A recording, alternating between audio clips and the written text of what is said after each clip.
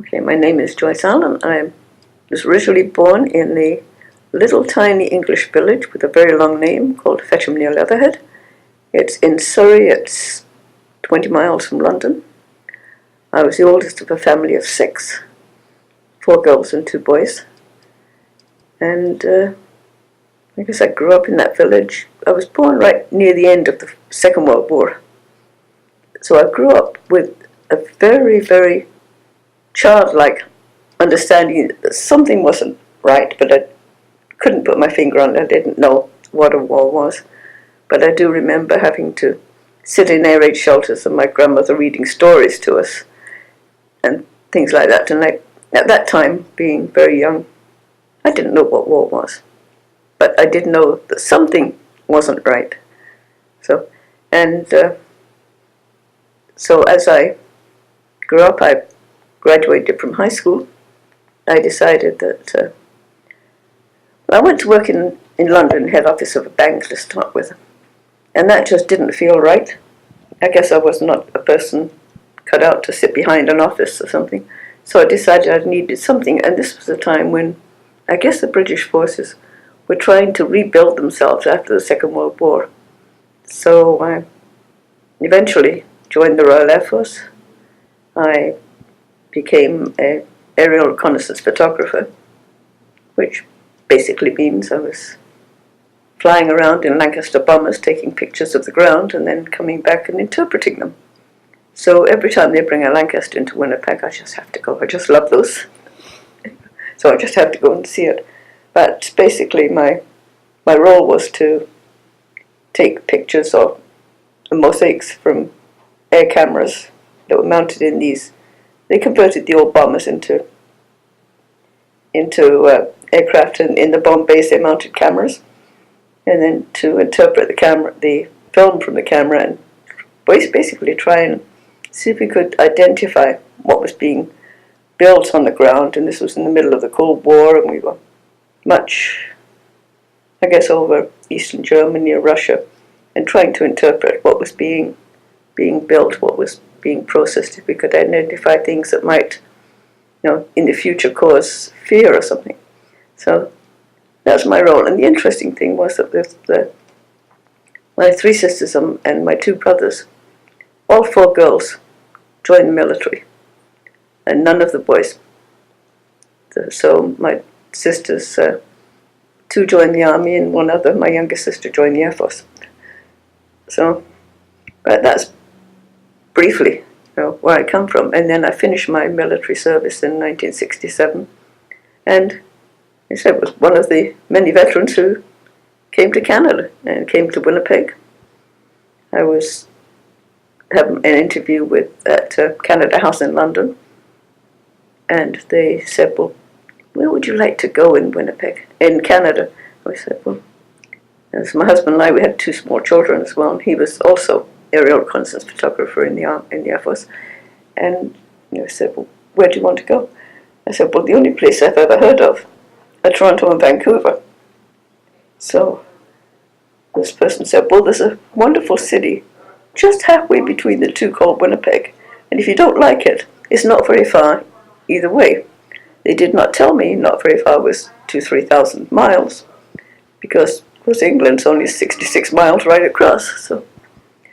So I came to Winnipeg, and I've been here since.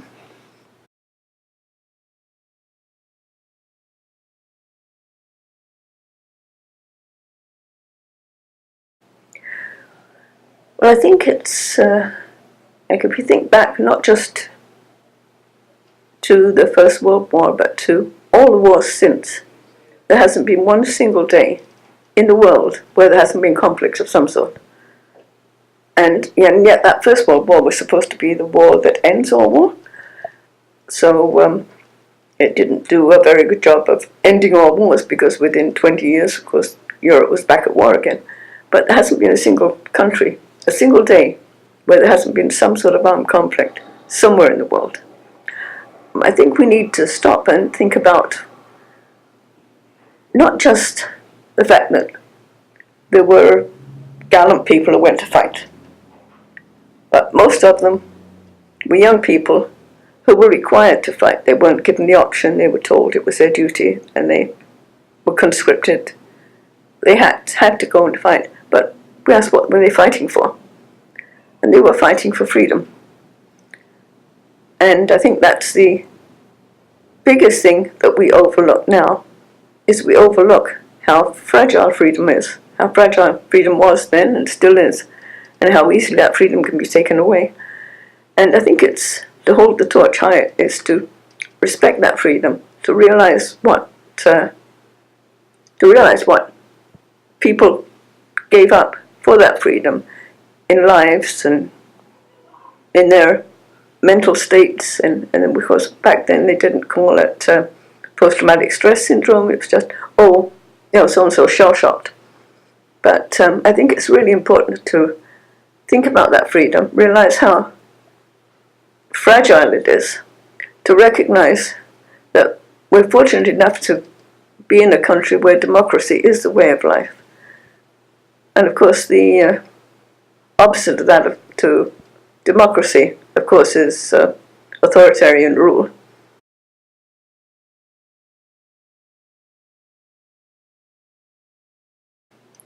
I think they would say, stop and think. Think about what has happened. Think about what will happen.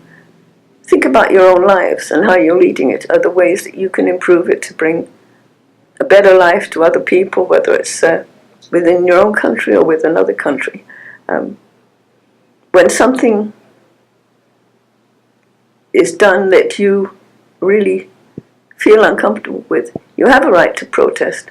And peaceful protest, I think, is one of the things that's really important. And I think those monuments would say, if we're here because so many people died, and they died not because they wanted to die, they died because people in government couldn't come to an agreement, and we, the people who are commemorated on the monuments, had to give our lives for freedom.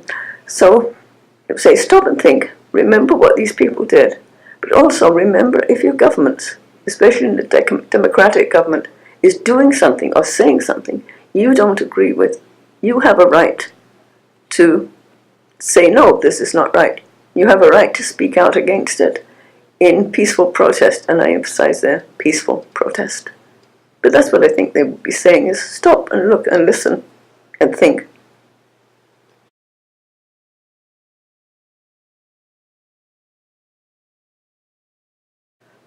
I think I would hope for a country that's more in unity than it is now. We do tend to be torn. I would like to see a country where there's a rainbow of different people from different countries around the world, a rainbow of different faiths, and I think I would like to see a country where everybody's respected, where there's justice for everybody, where everybody cares for each other, where there's no division between people of different faiths, and respect that all faiths are good and that all people are good. And I think what I would like to see is basically a country where people are respected, regardless of who they are, regardless of what their faith, regardless of where they come from, and regardless of what their color is.